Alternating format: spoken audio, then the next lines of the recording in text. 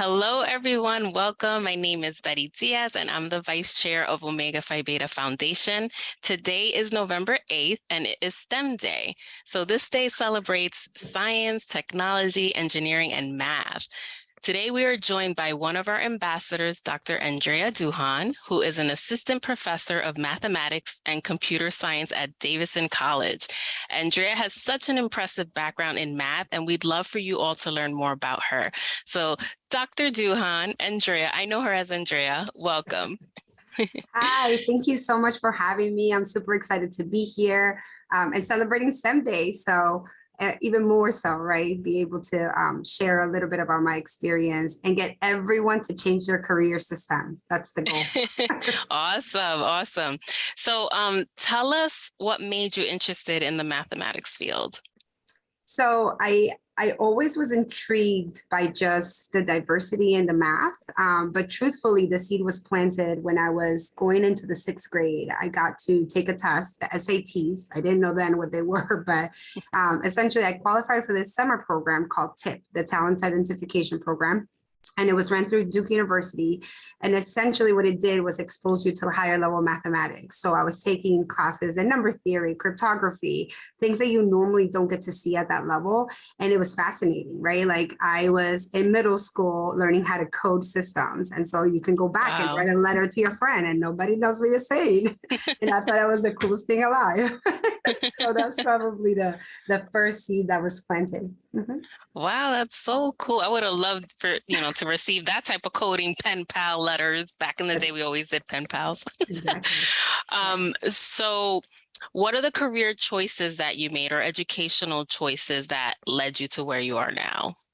So I think like from the get-go, I knew that I wanted to be an educator, right? I knew I wanted to be in front of a classroom and I knew that I had a passion for mathematics. So it was more about like the impact, right? Being able to transfer that love that I just innately have for math and thinking and kind of problem solving and then transferring it to other people. So teaching was at the top of my priority at all times. I did along the way getting interested in careers that were different to kind of test the fields, but I found that I really liked the connection to people. And so I started by obviously majoring in mathematics. I wanted to have an education background, so I did math education as a double major.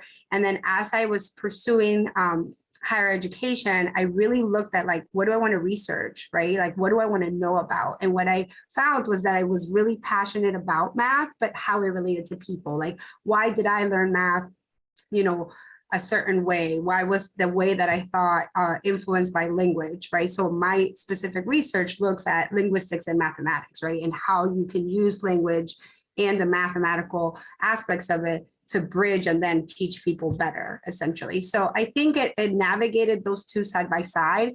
And then the more that I got into teaching, the more I understood the math at a much deeper level, right? Connections, intricate things that you don't ever think about, like what you're learning at elementary school level and how you see it again in the calculus class. And sometimes those two are completely unrelated to a person, but as you're digging into teaching and how to better be well-versed in mathematics, you start seeing those things. So I found it fascinating and I wanted to explore it more. So I just kept going in that direction. And I love how you said that, you tested the waters a little bit here and there. And, sometimes people have a goal and they're like, this is what I want to be. And then they take those steps to get there. But you said, you know what, let me go here, let me go there. And then it still led you where you wanted to go, but at least it broadened your experience. So that's a good, I guess, advice for anybody, who's watching. It's okay to step out a little bit because you never know. But at least with you found that you fell in love with it more, like wanting to educate in this field. By the way, I love numbers too. So I'm a numerologist, so I'm more on the cosmic side, but what is like your relationship with math? Like for me, like the universe speaks to me through numbers. So when I see numbers, I know it means something. So for you, what is your, what is your relationship with numbers beyond just the math? Beyond the math. So I think like numbers teach me how to think and how to look beyond what you see. And what I find so interesting, and it's I kind of chuckle because when people talk about math, their idea of mathematics is like, oh, I like it because it's so exact, right? Like, oh, math is 1 + 1 is 2, and that's it. And what I found out in my career is that math is not as exact as people think, right? Math is all based on a premise. Math gives you a truth based on something you assume. You think 1 + 1 = 2 because someone told you that the quantity of 1 had a 1 attached to it, right? Right. And I talk to my students about this all the time because as we learn more and more about our world, we learn more and more about math being true or not, right? So like in geometry, I remember being in college and being like, oh, this is like the geometry we know. You have all of these theorems and things that are known to be true, you know, like the angles inside of triangle, they all add up to give you 180 and all of these things. But I never stopped to think like what makes those things true. And what I found out was essentially they are all true based on a false premise, right? So back in the days, we thought that the earth was flat. And because the earth was flat, we can make these connections about parallel lines never touching, about triangles having the sum of their interior angles, all these mathematical relationships that we still talk about to today, which are Euclidean geometry. Well, we know our earth is no longer known to be flat, right? So all of these premises are actually false. They're not true. They're inexact. And there are other types of geometries that were introduced as we learn more about how our world really behaves. And so I think that that relationship that I have with numbers is that discovery aspect, that thinking beyond the numbers, that like, is it really exact or is it just that you're accepting it because someone said it to you, right? It's in a notebook and therefore I believe it.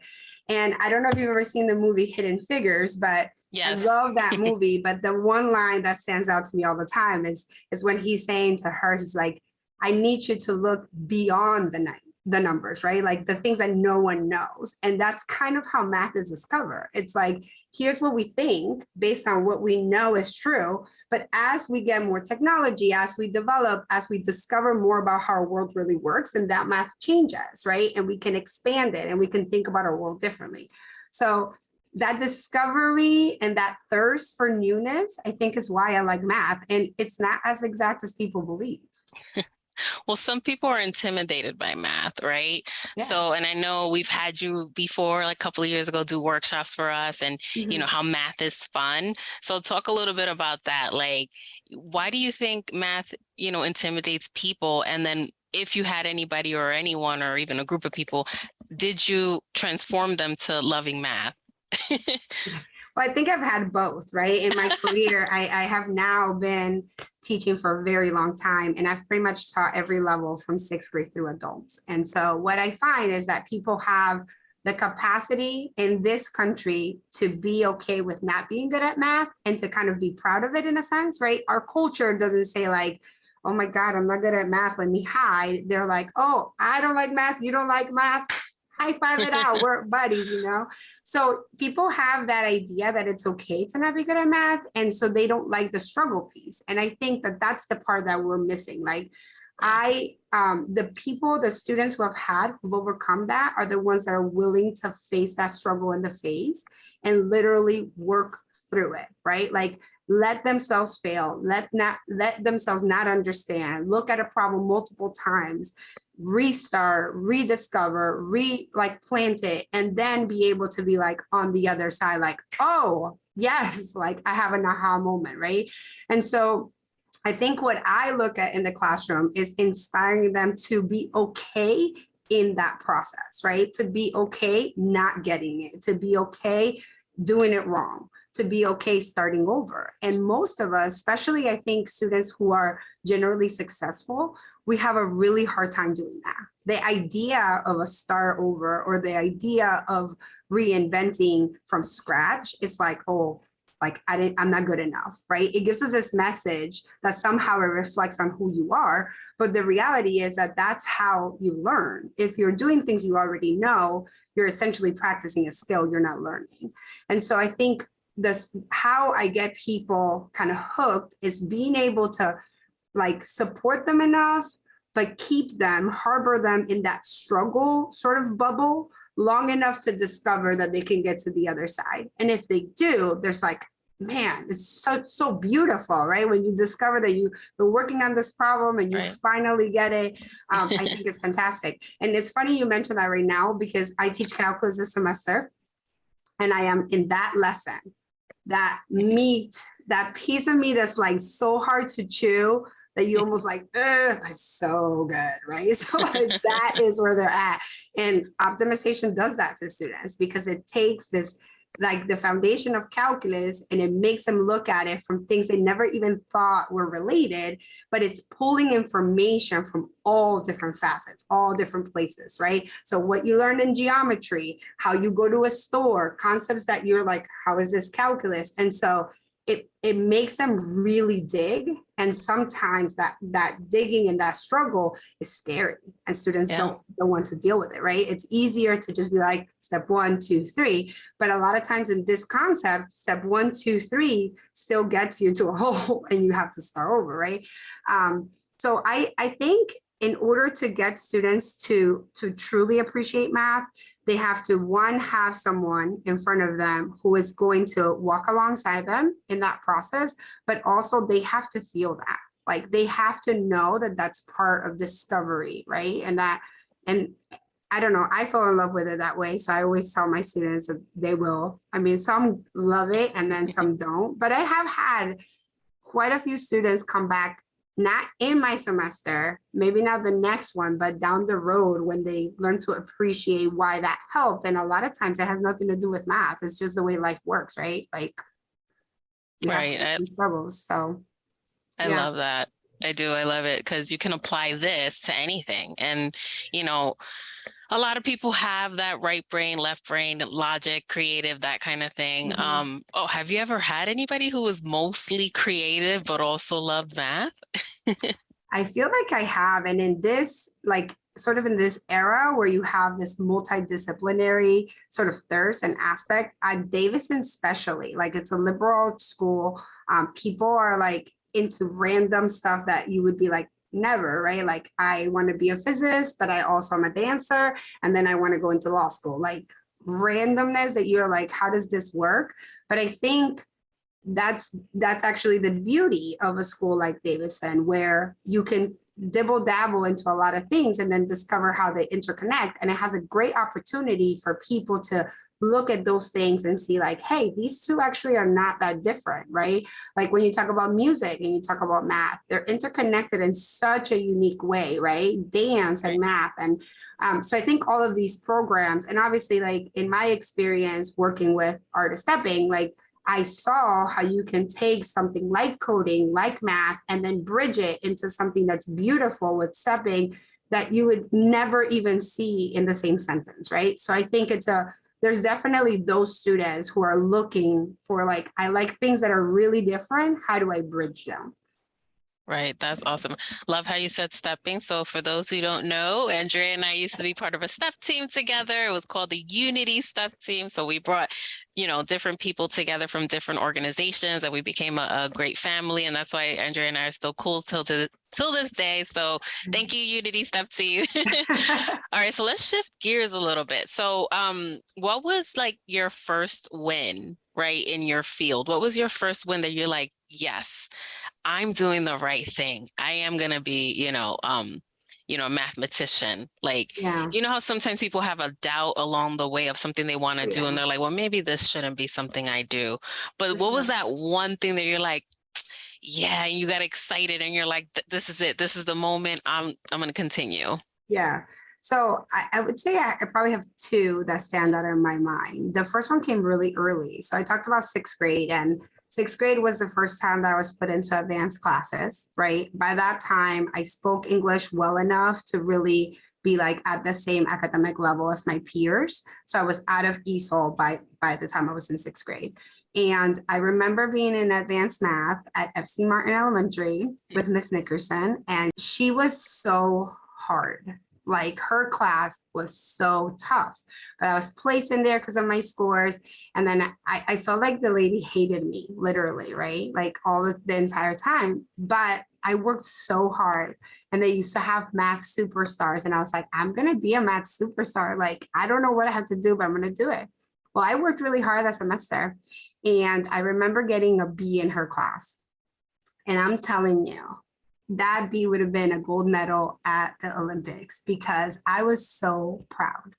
I was so incredibly proud to be able to come out with a B in her class. It was advanced math. I was taking algebra, and I was just like, but I had to work so hard, but she like pushed me, right? And I did get my math superstar, which was like a weekly award or whatever.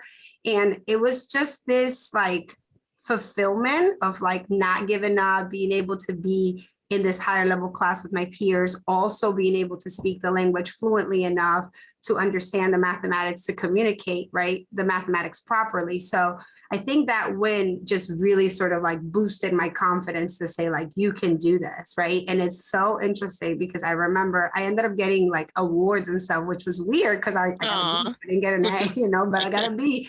And one of the things she was saying was that, just like that sort of drive to like not give up. And she pushed me. And that was the one teacher I will never forget. I used to always say like, I want to go back and teach next to her. Like I want to be like her colleague. And my senior year in college, this is in 2005, she retired. I came back to visit her, telling her I was about to graduate. And she was like, oh, you must be taking over my job because she was about to retire. So I never did get to teach alongside her, but I always remember her because she just really turned my passion into something I wanted to pursue in terms of, okay, you can actually do this. So she was like your first discovery, like how you were mentioning before, the whole math and being in discovery. You discovered that you needed that challenge, and be proud of that B, right? Somebody said that to me once because I got a B in something and I was upset. But they put it in perspective for me when they were like, but Betty, be proud of that B with everything you have going on and all the challenges you've had. Be proud of it. And then when you shift that perspective in that, what, everybody's always like, you need an A, you need a 4.0, you need all this stuff. But for what? What about the journey to get to whatever you did get? Absolutely. And so I love that you were like, as soon as you said I was proud of that B, and I went, well, I wasn't when I got my first. Yeah. Well, and it's interesting because we put so much emphasis, including myself, right? Like I put so much emphasis on grades, and now being on the other side, I always tell my students at the end of the day, your grade is irrelevant, right? Like I remember being in my PhD program and having everyone has all A's. Like at that point, everybody knows what they're doing. It's like, they don't even matter. They don't even give you a GPA. Right. It's like, do you actually know what you learned, right? Can you produce a 300-page book that says, here's what I learned? And so there's this like stigma, the same thing, like if you ask a doctor or anyone in any field, like no one is sitting around being like, hey, by the way, did you get an A in the class that led up to this? Like, it doesn't matter. That's the reality of it. If you get an A and you know nothing, you might as well have failed the class because the A means absolutely nothing. And if you get a C, but you really finally got it, you understand the material, then your value is beyond, right? So I think I can say that now. I didn't necessarily know that in the in-between, but I know that it always puts me back to that B. And it's like, you know what? Like I earned that. And I felt like I was better prepared. And like I said, that was the same year that I got into that program, right? It was me taking the SATs at that time. And so it all kind of comes together as that opportunity and she was the one that recommended me to take the SATs because no one takes the SATs in 6th grade, right? Like, at first I was like, does she know what she's saying? SATs and then I let you go with it. So at that time, I genuinely did not know, right? And I remember I got a 500 and I remember that score, and that got me into this program. But at the time, I didn't know what SATs were. I didn't know there were college entrance tests. Like I didn't know any of that stuff. So, because I was just recently, I had been in this country for 2 years from Colombia. So like none of that stuff, I was still trying to figure it all out. So yeah, like those wins I think matter. And I mentioned that early one. I actually, we can forego the other one. It's like, we often forget the importance of what we do at those early stages, right? And one of the things that has taught me is how to pour into my kids now. I'm like, I need to take one of your classes. So we're running out of time. I know we can talk on and on and on, about math. I mean, I'll be here all day talking to you about math. I love it, but I love how you apply math to just anything in life. So if there's anything you want to leave us with, right? Somebody's looking at this and they're like, I'm interested in math. What can I do? Or I'm not interested in math, but what you shared today inspired me, that kind of thing. What do you want to leave the audience with? Yeah. Let's say go for it, right? Like the worst thing that can happen is you discover that it's not for you, right? But don't give yourself a ceiling because of perceptions of what others think you can do, or even what you think you can do. You may surprise yourself, right? So I say take a risk, go for it, and don't be afraid of failure. Failure is growth, literally. If I could define it in any way, it just gives you an opportunity to grow, to progress, to be able to be better than you were where you started. And I think that there's a beauty in failing, a beauty in starting over that we don't give enough credit to. So if you're interested in math, if you're interested in STEM or interested in anything, like go for it. Give yourself a chance to be great. Yes. I love it. Thank you. All you're going to hear is love. Well, you have love right on your screen, and I'll keep going. I love it. I love it. Yeah. All right. Well, thank you, Andrea, Dr. Duhon, for your time today. We really appreciate it, and happy STEM Day. Absolutely. Bye. Bye. Thank you.